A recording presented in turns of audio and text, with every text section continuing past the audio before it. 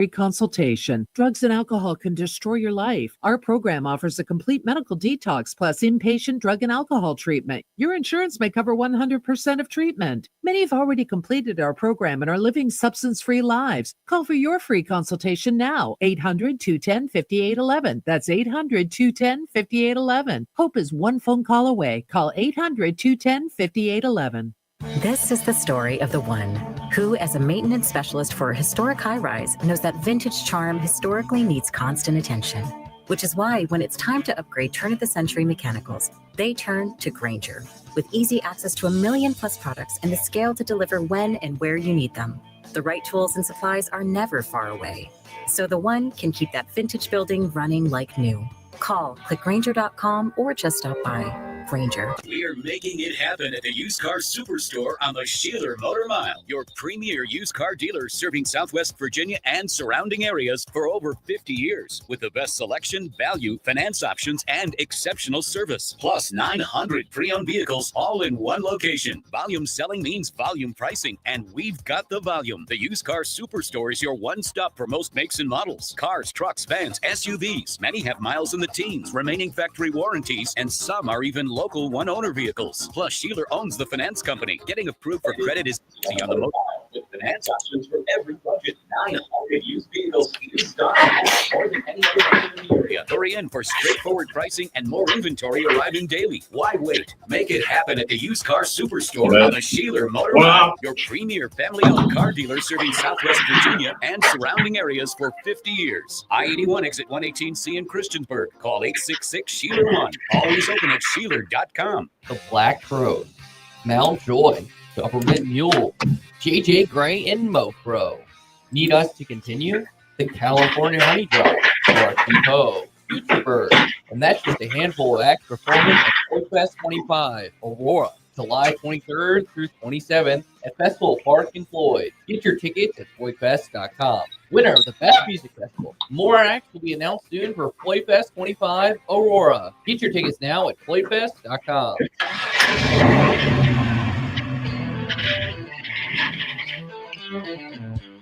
You're stepping into the fast lane on the VTRN Sports app, 93.3 FM and 1320 AM Lynchburg, or by asking Alexa or Google Home, open VTRN Sports Lynchburg.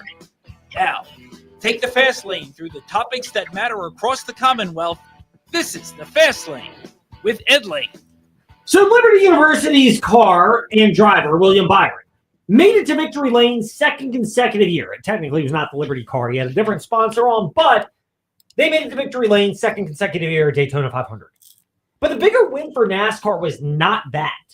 The bigger win for that sanctioning body and motorsports in general was that Dale Earnhardt Jr.'s driver, Justin Allgaier, and the team, JR Motorsports, in their first ever NASCAR Cup Series race, finished ninth.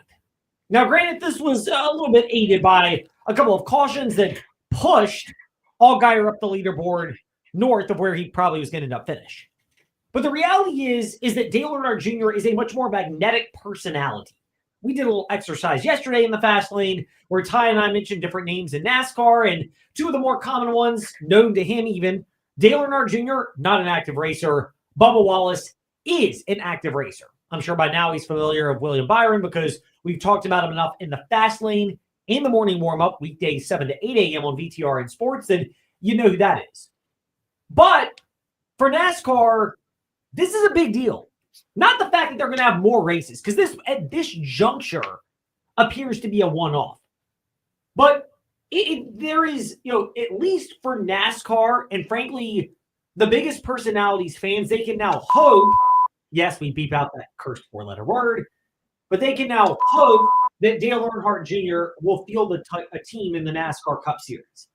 And there's been Richard Petty Motorsports, Petty GMS, now sold off and spun to different sectors.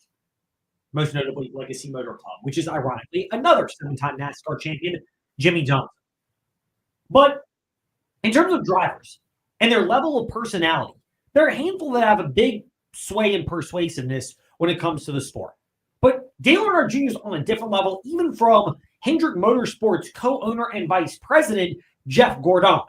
Jeff Gordon, actually, but we're using the Nelly version, Jeff Gordon, as it's pronounced in the Nelly song back in the day.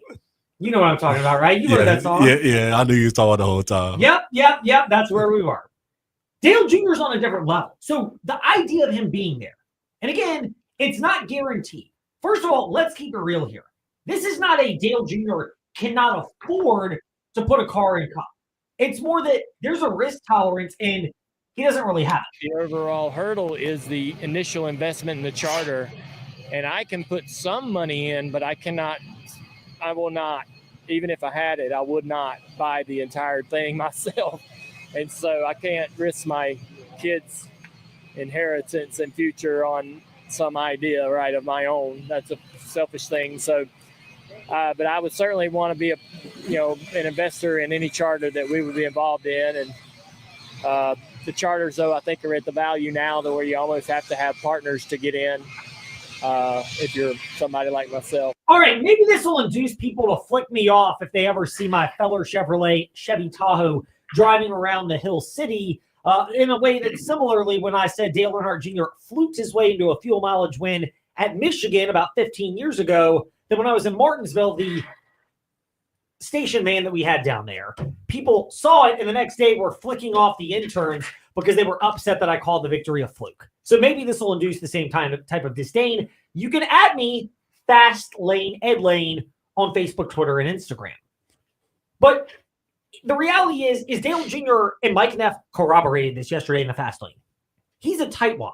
Now, net worth, Dale Jr. has the money that if he really wanted to start a team and move it up to Cup, he already has a NASCAR Xfinity Series team, used to be the Busch or Nationwide Series. It's the AAA of NASCAR.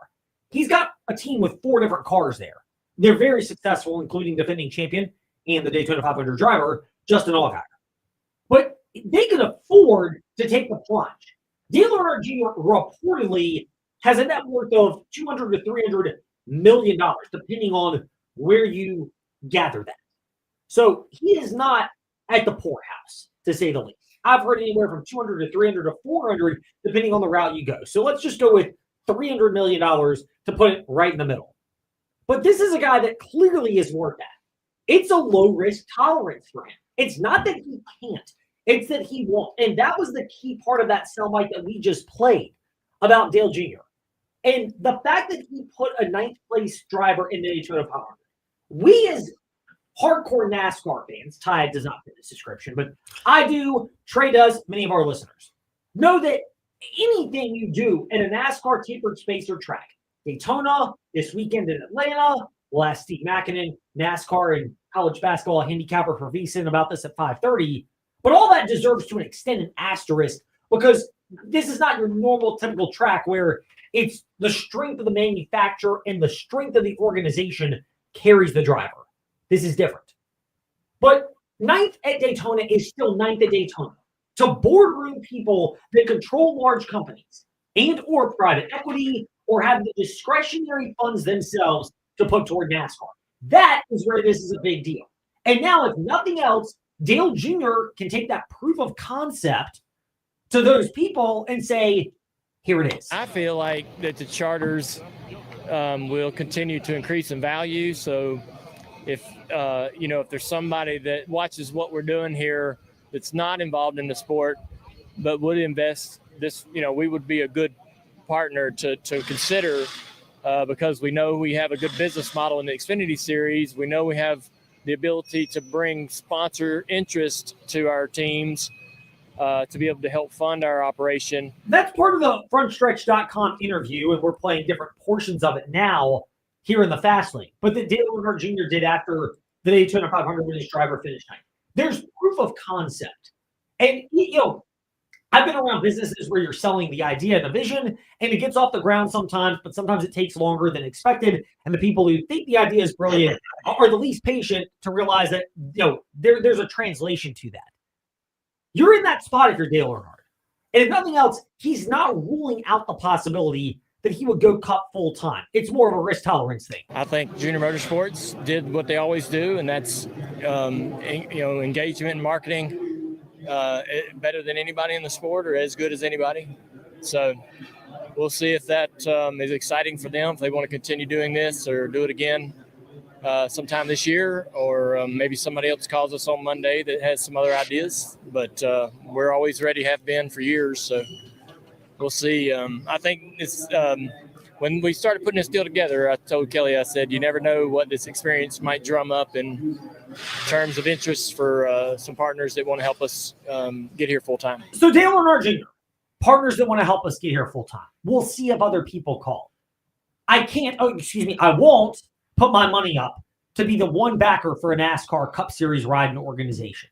Now, in Junior's defense, the idea of charters to be a franchise charter holder for NASCAR, if they continue to have those, are worth $30 to $40 million. And you generally need multiple cars in an organization to have success. Maybe it's 2 to start. 2311 Racing, they had a Final Four champion driver in Tyler Reddick. Bubba Wallace has also won races for them. And, Trackhouse Racing, the newer addition in NASCAR. Pitbull just got out of that as he sold off his ownership stake within the last week. But they got Ross Chastain, who made the championship for a Final Four for NASCAR in 2023, and Daniel Suarez, who also won a race along with Chastain last year. So you can start with that, but you need more of a monetary pivot. And look, let's just say Dale Jr. is worth $400. He's worth $400. He has revenue streams. His announcing deals with Prime and Warner Brothers Discovery this year used to be with NBC. He's got it through one car dealership. He's got it through his media platform. He has a litany of podcasts, including his own, that are under his umbrella. And they monetize that in ways you can monetize media outlets. So there are economic outlets for Dale Jr. to take advantage of this and to grow. It's his level of risk tolerance. But it's also the fact that if I'm Dale Jr., drive a bargain. See if other people are willing to invest. And maybe you get the initial investors like Trackhouse Racing did. And I don't know all the ins and outs of how Trackhouse initially had Pitbull along, which was great to kind of get the name out there. And it appears as though Trackhouse was ready to move on from Pitbull, and maybe Pitbull was ready to get out of it. And, they both were ready to move on from each other. But you have the funds after a couple of years, and the business is up and running to buy it. Because other organizations and other people have much larger depths. Richard Childress Racing was founded by Richard Childress. They entered in the 70s in NASCAR when the cost of entry wasn't anything close to what it is now. Joe Gibbs Racing came in the 80s, early 90s. More expensive, but not what it is now. Rick Hendrick with Hendrick Motorsports entered multiple decades ago, back in the old millennium. And yes, his net worth is only reported to be about $250 million. But he also has over 100 car dealerships, and he is a wildly successful auto mogul. And I've heard from multiple people who have been affiliated with and have experience working with Rick Hendrick that part of that success is because he treats his team extremely well if you perform for him and are part of it. And the challenge and the trade-off is the hours are insane in the auto industry from sales standpoint. It's hard to have that type of normal lifestyle, but the financial reward is immense. And Hendrick does a good job with that, and it's pouring itself out to having 95 to 100, 105 auto dealerships spread across the country. So even though the net worth is lower for Hendrick, he has the established organization. They have won over 300 races. They got there at Martinsville last spring with William Byron, Liberty University car. And they've gotten further along because of that. There's the economic model in place. All of that is where it ties and it makes sense. And if anything, I'll say this. I think it's more likely that Dale Jr., given a low risk tolerance, and that Neff backed this up yesterday from ProTrack.com, Fastlane, Edlane, wherever you listen to podcasts, because. And guess what? We keep receipts. Right there. But Neff mentioned that Dale Jr. is a tightwad. So maybe he starts small. Maybe he comes in and is kind of a satellite organization, because 2311 with Denny Hamlin, who was running for Joe Gibbs Racing, but as a different Toyota, they are essentially working together. Trackhouse and Richard Childress have paired up and worked together. Penske and the Wood Brothers have paired up and worked together. Wood Brothers based out of Stewart, Virginia. Hendrick doesn't quite have that, except in the Xfinity Series with JR Motorsports. So a logical satellite organization would be that, and I don't think that's out of the question. To believe that Dale Jr. wants to get additional investors. He's playing hardball right now, trying to see what might transpire. And as Justin Allgaier mentioned, that he believed one of the keys to their successful debut is the fact that they do have that partnership with Rick Hendrick's organization. I got to say thank you to Hendrick Motorsports and the Hendrick Engine Shop. I mean, the knowledge that we were able to learn from them to just even put a car on this racetrack was invaluable, and that goes a long way. And to get Greg Ives, great crew chief, did an amazing job. That's what Justin Allgaier said, frontstretch.com after the race. The blueprint is there. I think, if anything, Dale Jr. is clearly not ruling it out that he would want to race full-time and have a team in the Cup Series. But he's mentioning, again, I won't put my own money up towards it. Meaning, if he really wants to, he can. But drive a bargain and see what happens. And frankly, it's a smart enough business proposition to align with him, not necessarily because everything he touches turns to successful results. But he does have the blueprint in the Xfinity Series. He's an appealing enough name that when you call and get a call from Dale Jr. and you're a big investor, you'll put your time and effort into it. So that's part of what Dale Jr.'s appeal is, and that's part of what he can do to have a successful driving organization in NASCAR. Speaking of successful driving safely is something that is very good, and it can be done successfully, but it doesn't always happen that way, which is why if you're in the wrong side of a situation like that, somebody hits you and you're in an auto accident and you're injured, you need somebody that will fight for you. That's where Trust Law will come in to help. 777-HURT and at trustlaw.com. Trust Law, serving our community for over 4 decades. That's how long they've been serving the area. Think back to, when Joe Gibbs and Hendrick and Childress were, just wee lads in the NASCAR game. Childress, to Penske, all of them, Trust Law. They were beginning and building the same winning reputation, but not on the racetrack, but defending those that maybe are victims of people who think the roads are a racetrack and don't know how to drive safely. Trust Law. They defend the rights of those that are injured in an auto accident. They have pristinely done that since 1982. Trustlaw.com and 777-HURT. We will pivot off of that to something that Ty knows a little bit more about as we begin the Fast Five at 5-ish.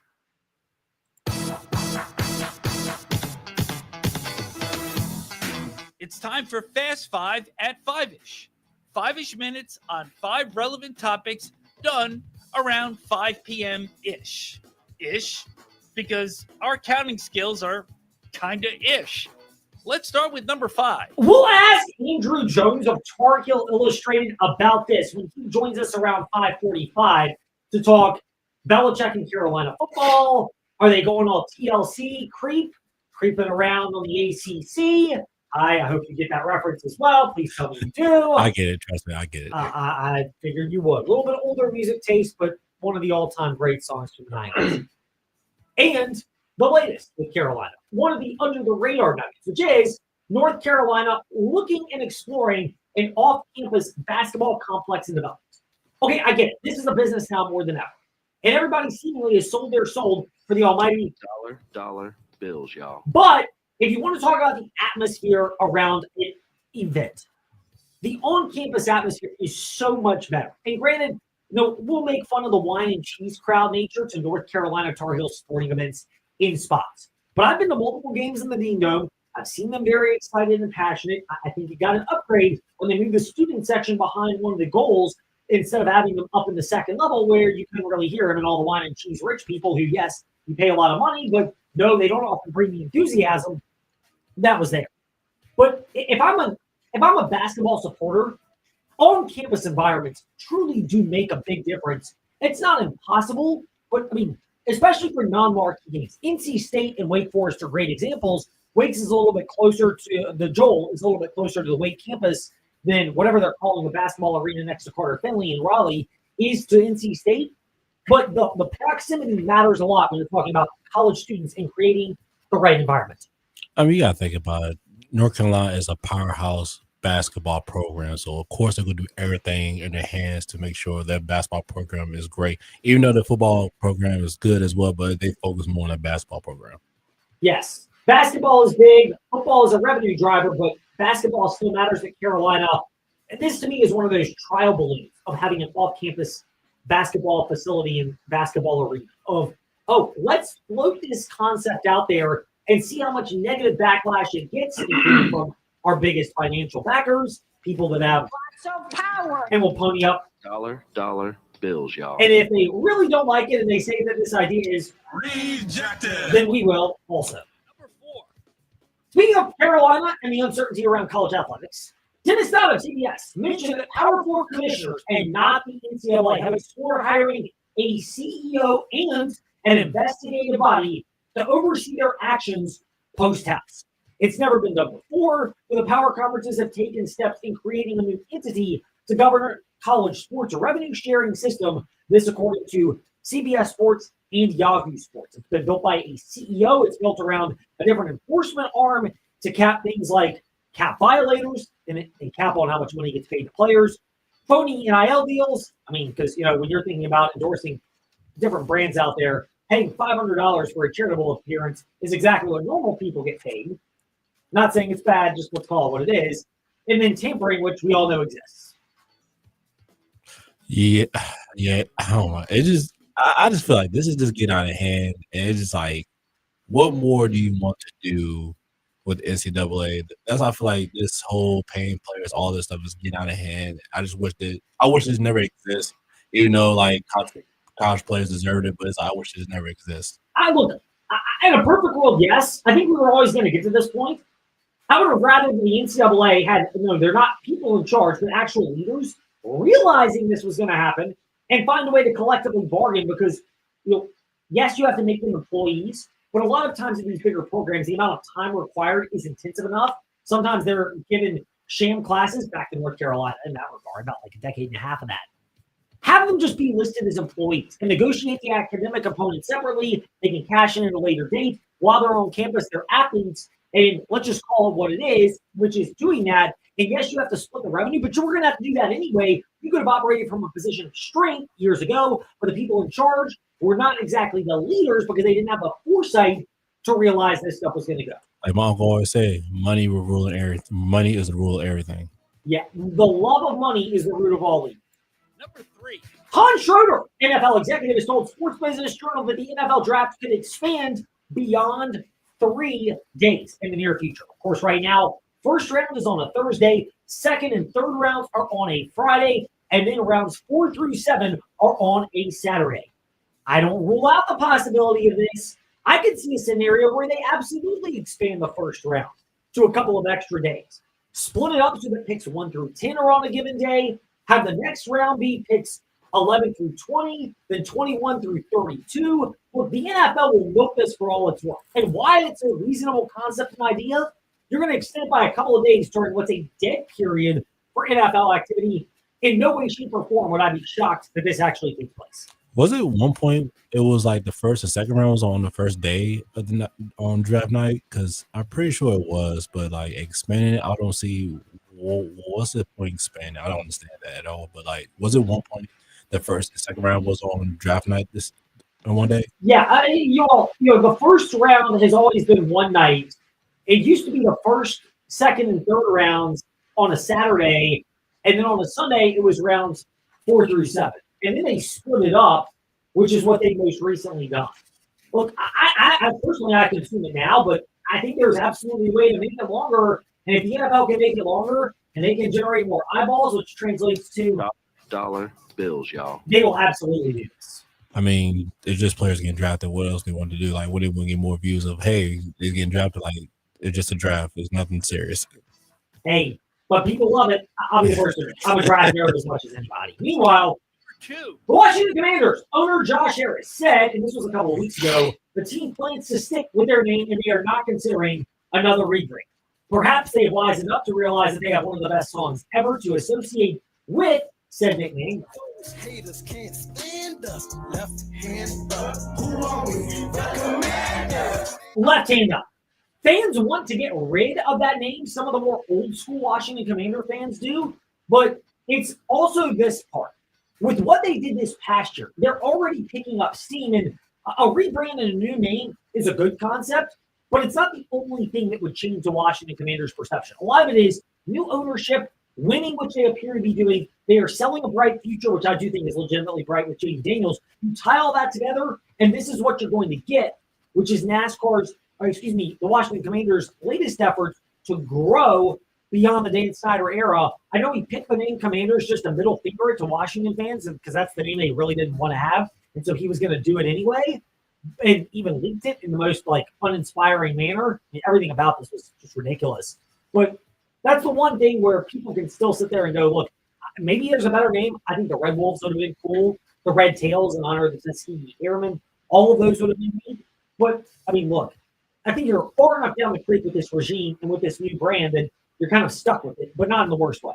I mean, I understand it's just the name because Dan Stein, but either way, I mean, I don't see nothing wrong with the name. I think they've been playing good ever since they named the Washington Commanders, and then Josh Hurt taking over the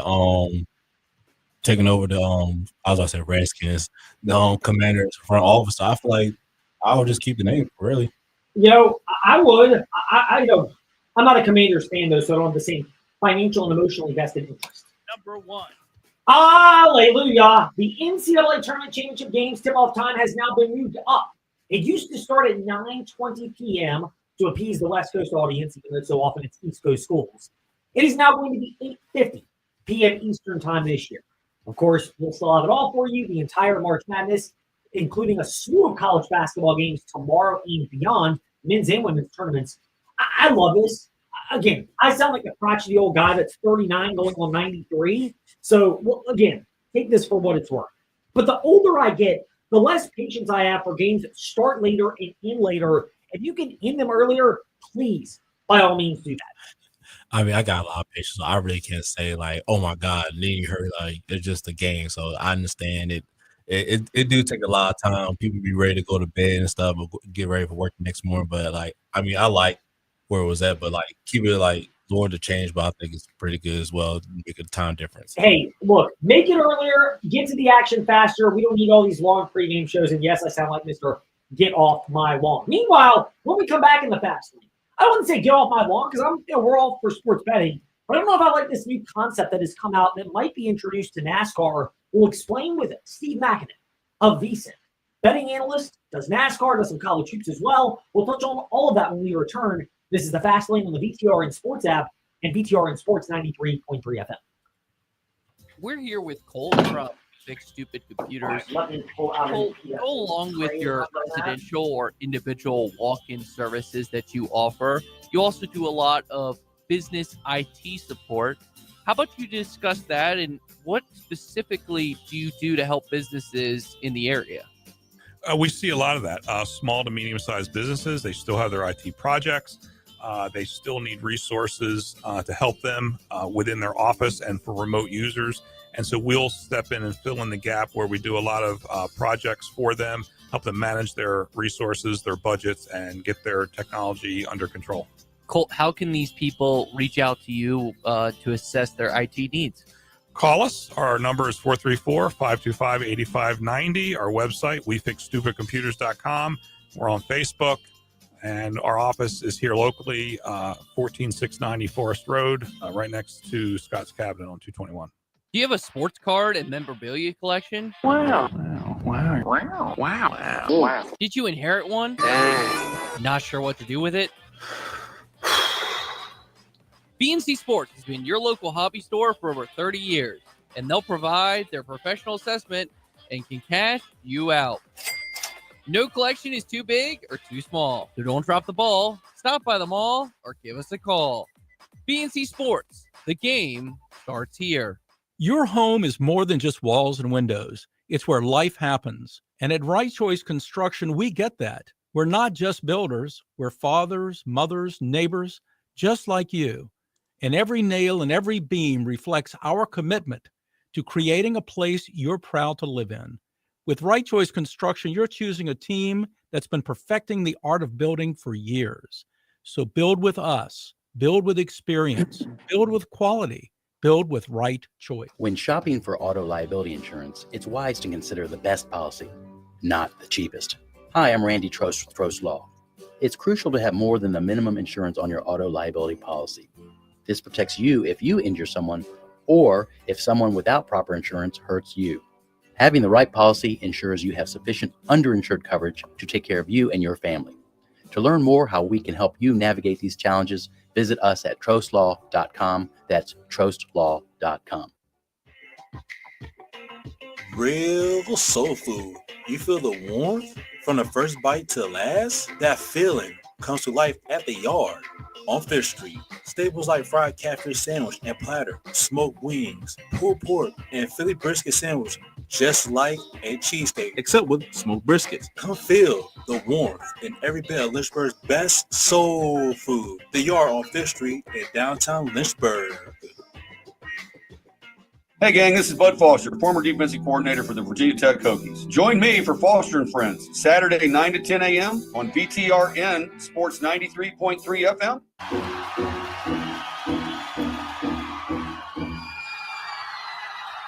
Step into the Fast Lane 24/7 at Trey Lyle VT and Fast Lane Ed Lane on Facebook, Twitter, Instagram, YouTube, and wherever you listen to podcasts.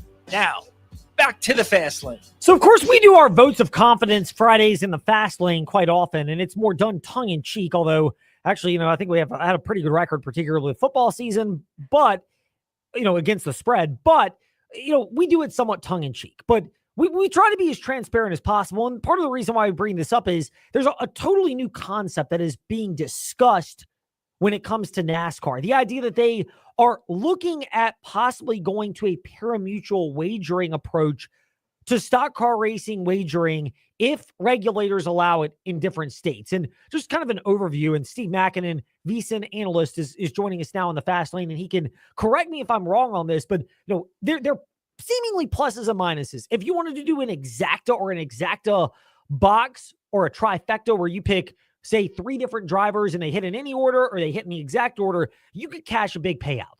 But parlays, we often discuss in the Fast Lane. Everyone talks about them as being great. I can't stand them because I think it's kind of a ripoff in terms of what you should be getting odds-wise versus what you are, and then you get your boosts, which really just get you closer to the odds you should be getting. But that's the plus, it would seem. But the negative is, I'll use this as an example because I'm just shameless like this. Ty Gibbs, 30 to 35 to 1 odds to win the race this weekend in Atlanta in the Cup Series. No bias here as a Ty Gibbs fan. If everybody wisens up and bet into a pari-mutuel amount at Ty Gibbs at, let's just say, 30 to 1 odds, then that number, you may think you're getting 30 to 1 odds, but your payout would not be an even ratio of 30 to 1 odds. A buck gets you 30 in payout. It might be 20 to 1 because too many people bet in. Or if plenty of people are not smart and they don't bet them and someone else does, maybe that 30 to 1 odds becomes 35 to 1 or 40 to 1. So it can go both ways. I would just say this. Personally, I'm a believer when it comes to the betting side of things I'd rather have the certainty when I'm looking at the odds and going, hey, I'm betting this person because that odds represents a viable value as opposed to a ripoff. And the pari-mutuel concept to me at least seems like the concept where, yeah, the payout may be greater, but you might also think you're getting good odds, and then voila, your payout's not good enough because the odds shifted on you and you didn't even know it. So that's kind of my overview of what seems to be happening. Somebody who is much more well-versed in sports betting in general. He is one of the handicappers and analysts for VSiN, the Sports Betting Network, and he does NASCAR simulations as well and does them weekly, updates them after practices and qualifying each weekend. Also, Steve Makinen, generous enough to join us in the Fast Lane. Steve, great to be speaking with you. Hope you're well. My explanation of what might come to NASCAR. How off base or on base is that explanation? Well, I tell you what, Ed, thanks for having me on this frigid Friday. Good to join you. I could talk about this pari-mutuel NASCAR thing for hours. This actually came up with an old business partner of mine when we were down at a trip in Costa Rica visiting some of those guys behind the counter. Thought it'd be a fantastic idea about 10 years ago. You talked about plus and minuses of this. The first minus you think of is 36 cars on a track. It's not like a horse race. You got eight horses to choose from. It not quite as predictable in many cases as it would a horse race.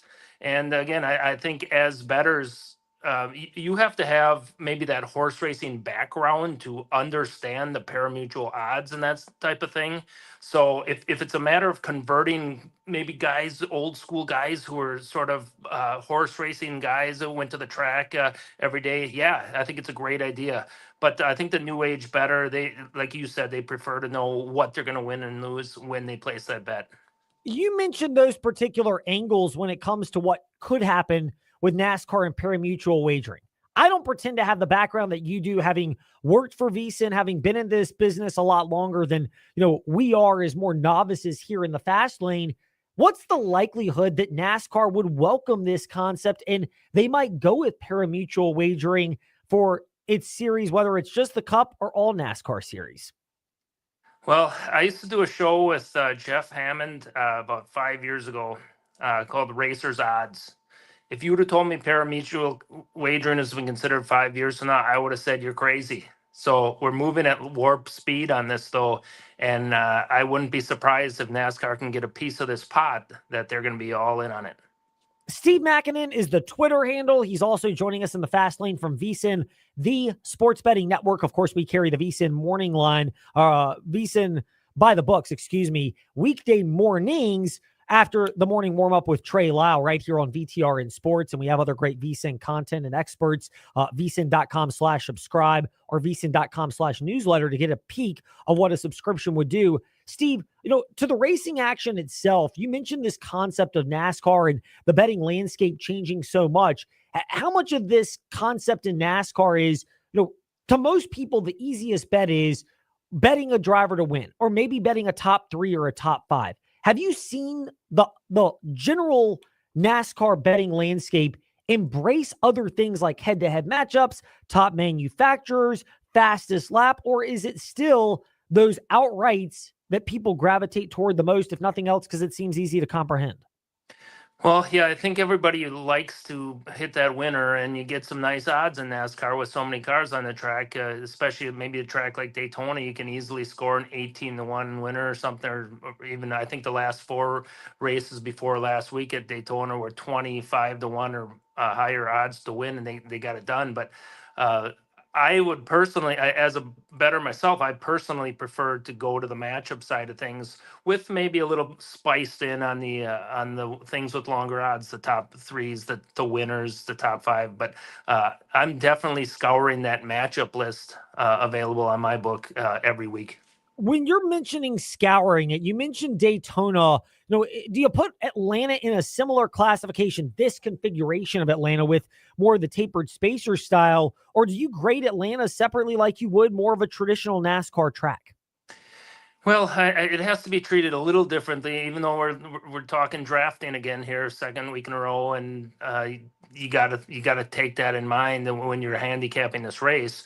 But these last few races that have been in Atlanta, they've easily been more predictable than something you'll get out of a Talladega or a Daytona. So everything one of the key things I do every week when I'm doing my simulations is I give each track what I call a handicap ability grade, and it basically tells the reader how easily you can take the stats, projections, that type of thing, and maybe use it to handicap your matchups, your to win odds, and that type of thing. The better the grade, the easier that track is based upon past data that you're using. Did your perception of Atlanta as far as a betting side of it, did it change when it went from a traditional track to a tapered spacer, or did you still incorporate some of the old Atlanta into how you handicap the newer, most recent last couple of year version? Well, I tell you what, that's a very interesting question, because the first year I did use it, because I didn't, like anybody else, I didn't know what was going to happen. I didn't know what 400 miles was going to be like on the new format. But since then, yeah, I've changed a lot. I've basically just taken the results of the last whatever races we've had at Atlanta in this new format. So you have to be adaptable when you're handicapping things, and you have to be maybe ready to change your perceptions. Steve Makinen hanging out with us today in the fast lane at VSiN Live. That's their Twitter handle. And of course, his is at Steve Makinen, Makinen. To connect with him there, vsin.com/newsletter for a sneak peek, and vsin.com/subscribe. We do as well. A lot of great resourceful information, including Steve's race simulations. Steve, you do one at the beginning of the week on like Tuesday or Wednesday leading into the race weekend. And then oftentimes you will refresh and update that whenever there is qualifying in practice. The lack of that at Atlanta this coming week, particularly practice, how does that impact the way you handicap this race and maybe the amount of caution with which you proceed in your betting? Well, I think you just throw that factor out the window. I mean, everybody sort of practices the same. I mean, nobody has an advantage in that. So you got to kind of look when I'm specifically for this race, I'm looking at who's done well here, who's drafted well in this new format, and then one of the other things that's key in my simulations is how guys are running lately. That's a big thing for me. There's a lot of momentum that affects NASCAR and how guys run from week to week, and it can change quickly, but can also give you the benefit of knowing who's hot and who's not. There were drivers last week. Austin Cindric is one who comes to mind. There are others, Joey Logano and the Penske team, where they looked like they were at the front early in the race, but then, late race carnage, which often happens on these type of tracks, impacted them. Always. Do you dismiss that, or do you just sit there and kind of take it with a grain of salt in terms of your projections for a race like this? Well, without giving up my secret formulas, I do take into account how complete a driver does run a race. If he's out after 15 laps, I just basically throw that in the garbage and move on to the next race for that guy. But I do have a benchmark for which I use that guy's performance in that race. So Logano and Cindric, specifically for Daytona, were good enough and for a long enough period of time where I'm going to count how good they were at that track, because that, quite frankly, I had them first and third on my simulation last week. Cindric first, then Byron, then Logano third, and I would say Byron winning at number 2, great. The best 2 cars on the track for me were Cindric and Logano. So I like the way that simulation turned out last week, and I am going to include that in future races. You mentioned your simulation. You've got a formula for a lot of this. People can get insight into what that formula will indicate about a race by going to vsin.com/subscribe. Steve's simulations are dropped, and you can check them out before each race, Saturday or Sunday, depending on what day the race is. Steve, we've seen it at Daytona and Talladega in particular, and I guess lately at Atlanta. Daniel Suarez last year was an example. But do you view there being more of a viable reason to look at guys that are deeper down the odds board at a track like this versus starting next week at Circuit of the Americas or the regular slate that we'll get for the majority of the season? 100%. I would say let's go 90%, not 100% like last week. I think Daytona's definitely more of a wild card than Atlanta has proven to be here. But you can get that guy who maybe puts himself in the right place at the right time at the end. We had what was the closest 1-2-3 finish in the history of NASCAR, I think, with last year's race here with Suarez winning. So you got to definitely consider who has a chance at being there at the end, and it could be a long shot. I mean, you just never know. Steve Makinen from VSiN with us here in the fast lane. Steve, we won't ask you to give every driver you have, but one favorite you like, one long shot that's worth considering, who would be on the top of your mind? Well, obviously at Atlanta, I think you have to think Ryan Blaney's going to be a top guy. He comes out top of my simulation. I'm going to guess that after qualifying's done tomorrow, I'm going to say he's probably going to be at the top, either him or Joey Logano. So I would definitely consider them as guys that are worthy of. If you don't want to lay the long odds for the to win, why not lessen with top 5? I think I saw both those guys at plus odds to get top 5. So definitely something to consider there. Now, your guy, Ty Gibbs, I kind of like what he's got coming to this track this week. I have him 11th on my simulation this week. Now, he has what I call in my track designation rankings for this week. He's 7th on that part of my formula. So he's got some good things going for him. I think Chase Elliott is another guy that you're definitely going to want to consider for Atlanta. I know he loves racing here. So maybe a little further down the list, Suarez again. Suarez could go back-to-back, but Steve, you earned another spot. I know this is so prestigious on your to-do list here in the fast lane by mentioning Ty Gibbs as a possibility. Our very own other producer, Trey, will be rolling his eyes at that. We appreciate your time, though, in all seriousness today in the fast lane. Thank you much. We'd love to catch up again and talk some more NASCAR in the future and maybe some other sports since you cover the gamut for vsin.com. Yeah, absolutely. Thanks for having me, Ed.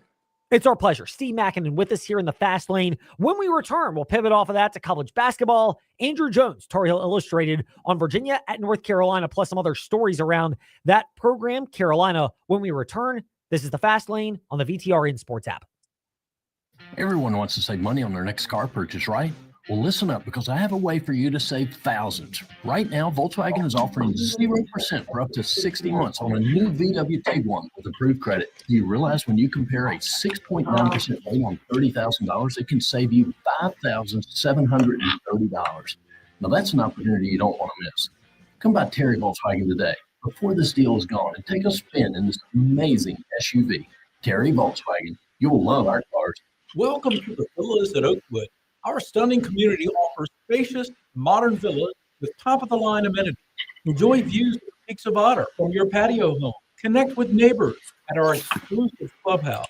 Discover your dream home today. Experience the maintenance-free lifestyle you deserve. Visit us just behind online at oakwoodvillas.com or just contact Robin Lee Stage 434-238-4477.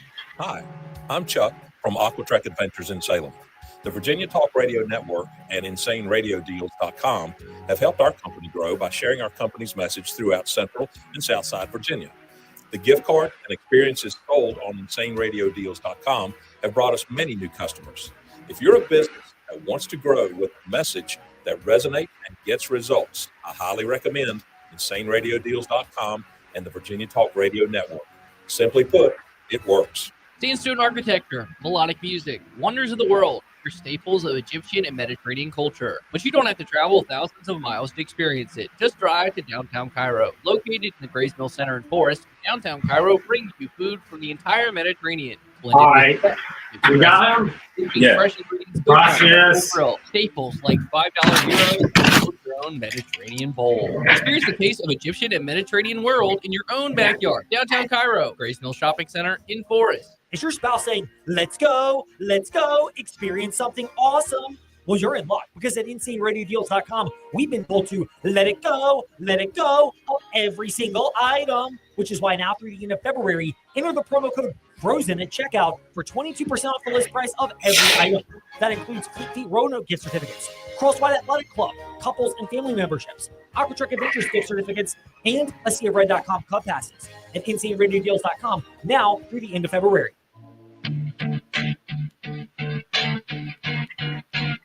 Step into the Fast Lane 24/7 at Trey Lyle VT and Fast Lane Ed Lane on Facebook, Twitter, Instagram, YouTube, and wherever you listen to podcasts. Now, back to the Fast Lane. Tenuous might be a good word to describe many things when it comes to Virginia's trip to North Carolina tomorrow. One of them being the basketball status of Ron Sanchez, who we know is the interim head coach at UVA. Carolina fans, many of them might want to think Hubert Davis's job status is tenuous. We will get to that in a moment with Andrew Jones of Tar Heel Illustrated, but there are other things even off the hardwood that pertain to this. Andrew, first of all, it's always our pleasure when we can chat with you in the Fast Lane, even with Virginia and Virginia Tech lagging behind tremendously in the revenue-generating sports. When they're playing Carolina is an excuse to connect with you, so we are grateful and thankful and blessed to have that. North Carolina, the report has come out and comments have been made.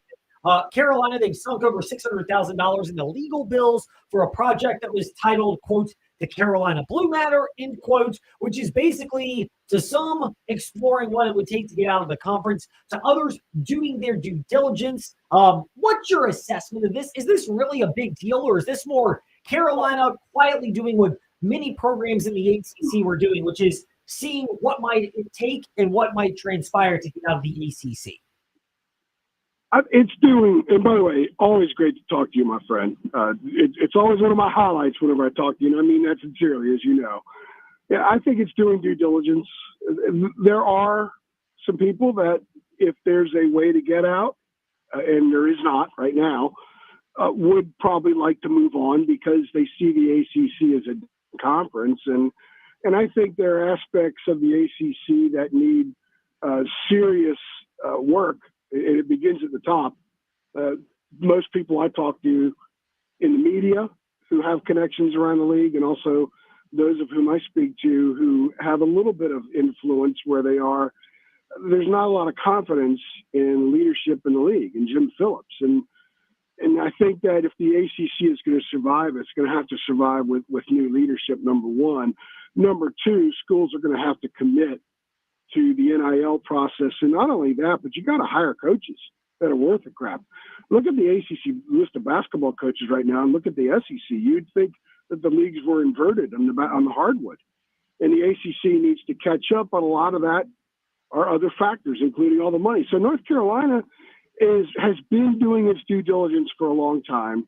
They are preparing. The school wants to be prepared to go into an SEC or a Big Ten and be ready right away, not have to wait until then to try to catch up. They want to be caught up if and when that move is ever made. So I think that's what a lot of this is. And everyone's exploring. All the schools, maybe with the exception of Wake Forest and Boston College, have at least, and I'm only joking with them, I have no idea, have looked into things because of the landscape in college athletics. As you said, the word tenuous has been so tenuous lately. So I don't think UNC is looking to bolt. They can't bolt. If Florida State can't, North Carolina can't, neither can Clemson, unless a bunch of schools unify together and leave, and that wouldn't make much sense because a lot of them would not have a landing spot.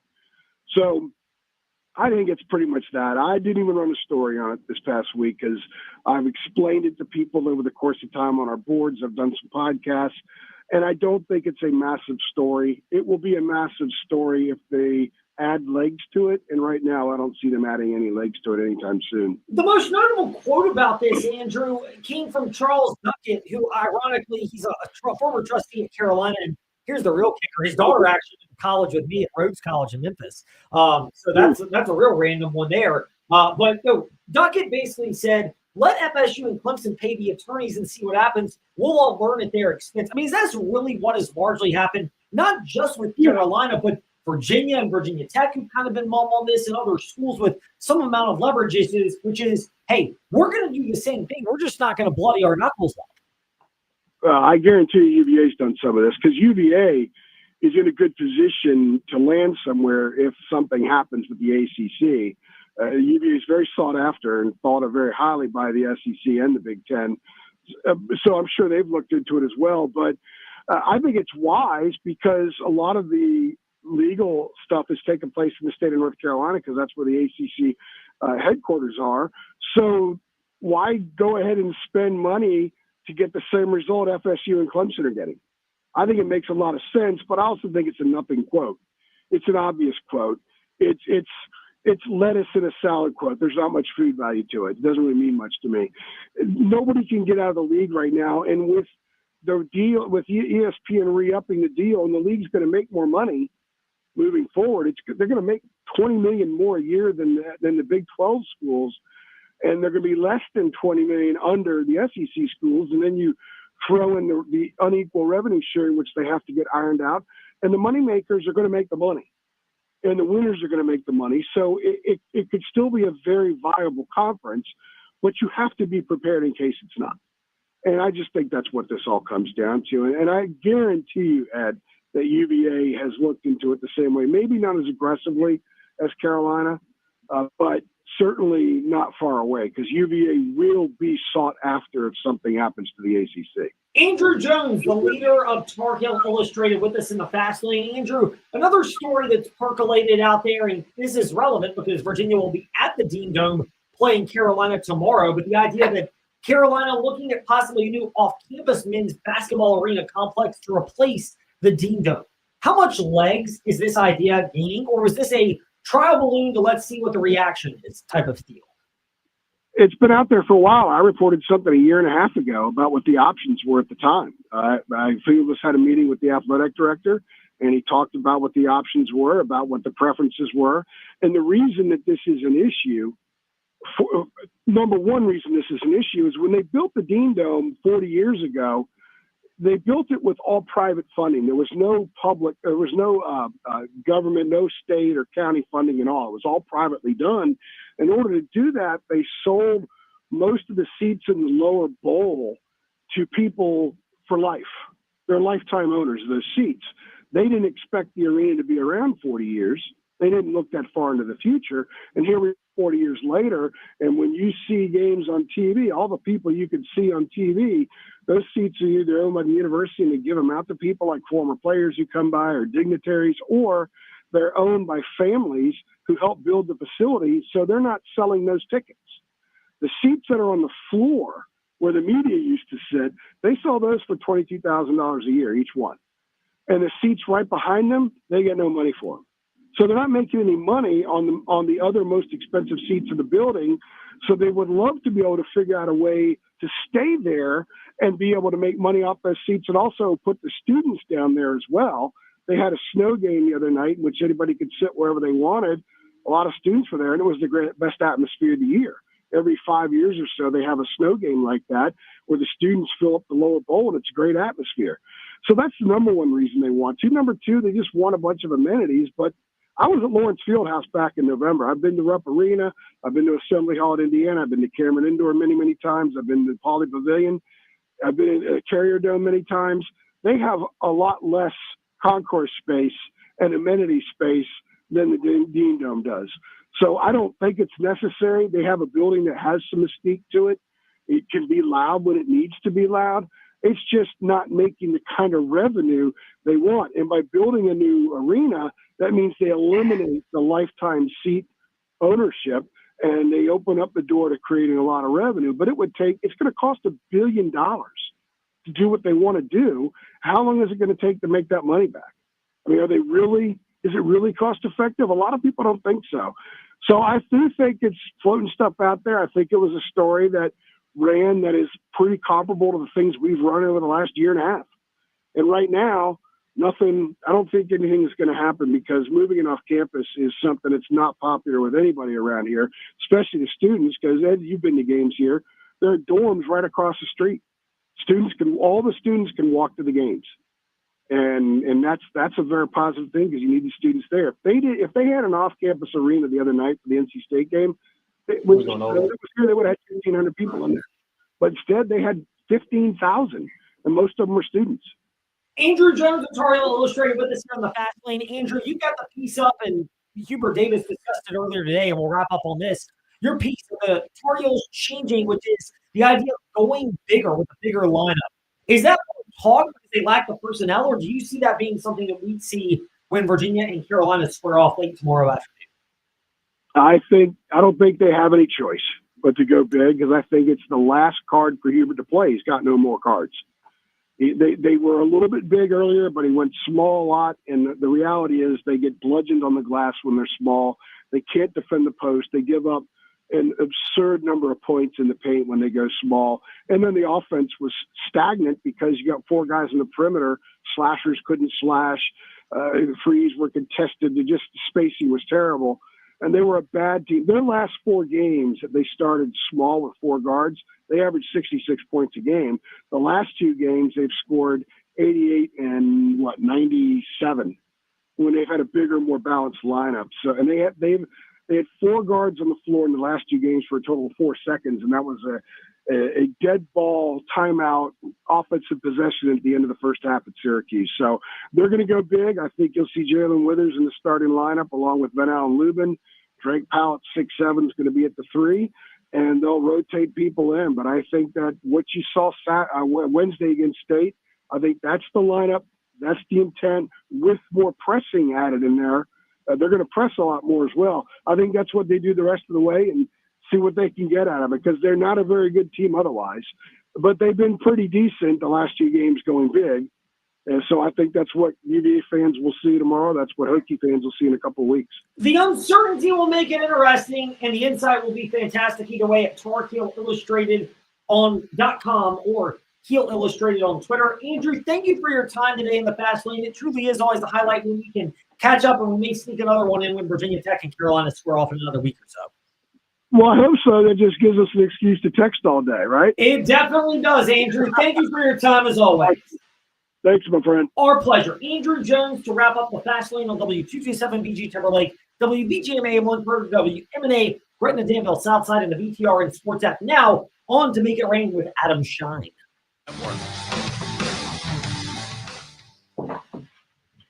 Welcome to Make It Rain with Adam Shine on VSIN, the Sports Betting Network.